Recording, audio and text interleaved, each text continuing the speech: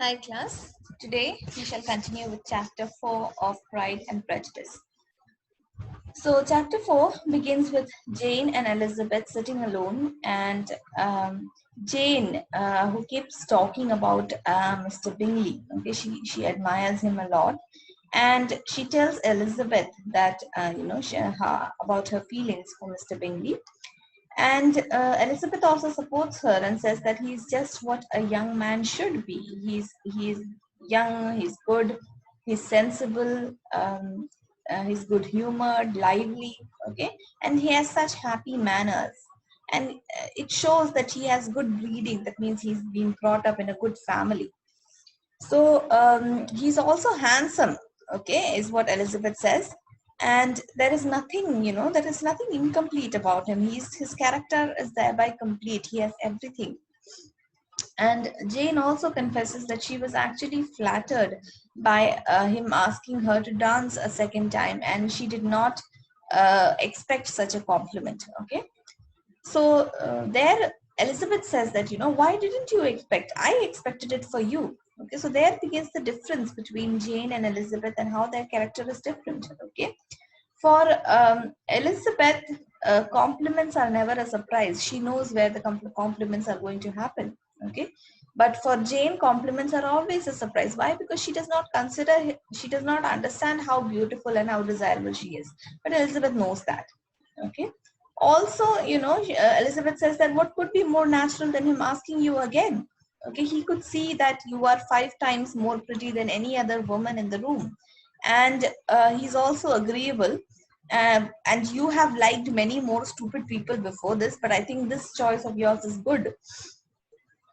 uh, oh, you are a great deal too apt, to like people in general. You never see a fault in anybody. Okay, so Jane does not see a fault in anybody.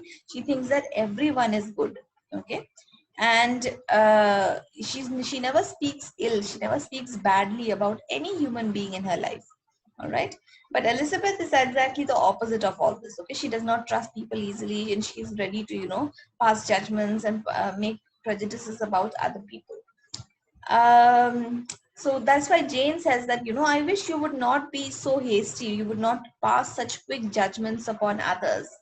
And I always speak what you think. Okay. All right. So then, one second.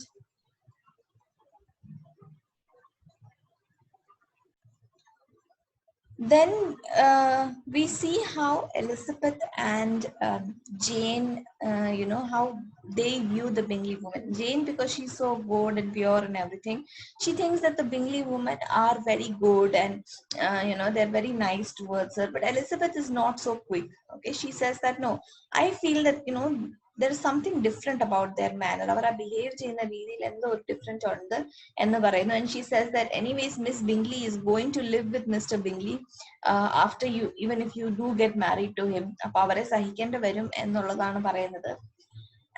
But Elizabeth says that she was not very convinced about this particular behavior. Okay, because it seems like their behavior was very calculated, and because Elizabeth has a more quickness of observation, she's able to observe people for what they are quickly, much more quickly than Jane is. Okay, so that's why she has a very different judgment of them than Jane does. They were very fine ladies, there is no doubt in that, of course. But they are more agreeable, they're very proud and conceited. Just like Mr. Darcy, they are more agreeable when it comes to their own party. Okay, but for others, they are very proud. എന്നാണ് പറയുന്നത്. And they are very beautiful, and they have been educated in private seminaries in town, and they have a lot of money. So probably, they can be proud. Um, and obviously they would want to associate with people of their own rank because they are worthy of it. എന്ന് പറയുന്നു. And they belong to one of the most respectable families in North England, and circumstances of their family is much more impressed than Elizabeth and Jane's family. Mr. Bingley inherited property. Okay, when his parents died, he inherited the property to amount of nearly £100,000 from his father. And his father, before his death, had intended that with this money he's going to purchase an estate, but he could not live to do it. So instead, Mr. Bingley intended to do the same, to buy a purchase. And but he was not very tactical. That will come to the difference between Bingley and Darcy later.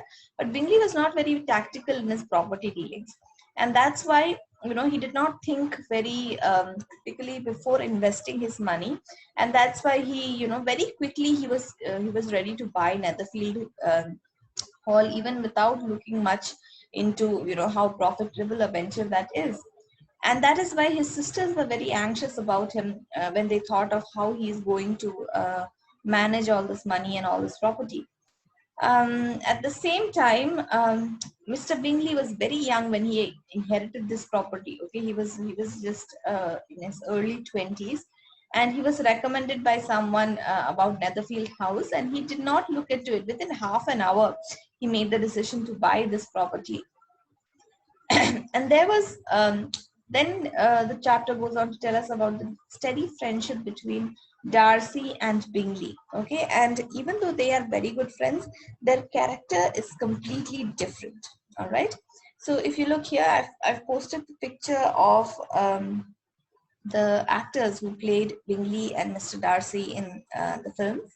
And the top one is Mr. Bingley, the one on the bottom is Mr. Darcy.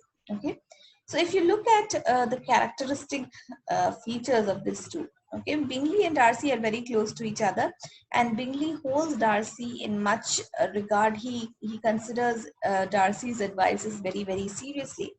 All right, and while Bingley is said to be, well liked and very well mannered, we remember how Elizabeth described him to Jane, right?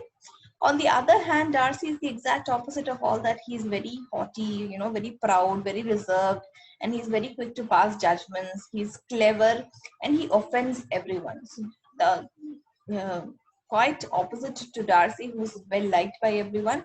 Sorry, Bingley, who's well liked by everyone. Darcy is always offensive. Okay, he's always, whenever he talks to anyone, they become they take offense because of the kind of things that he says. And the way in which they considered this Merton assembly, that means the assembly that had gathered there in the Merton Hall for that ball, that was also completely different. For Bingley, he had never seen much more beautiful and accomplished woman than he saw in that room. But for Darcy, none of them were good enough for him. Even for Elizabeth, he says that she was just tolerable, right? So the only one he considered pretty was Jane, but Jane was already, with Mr. Bingley. So that's why he does not pursue her. So that is again the difference in their, shows the difference in their attitude. All right. So that is where the chapter 4 ends. We'll move on to chapter 5 in the next video.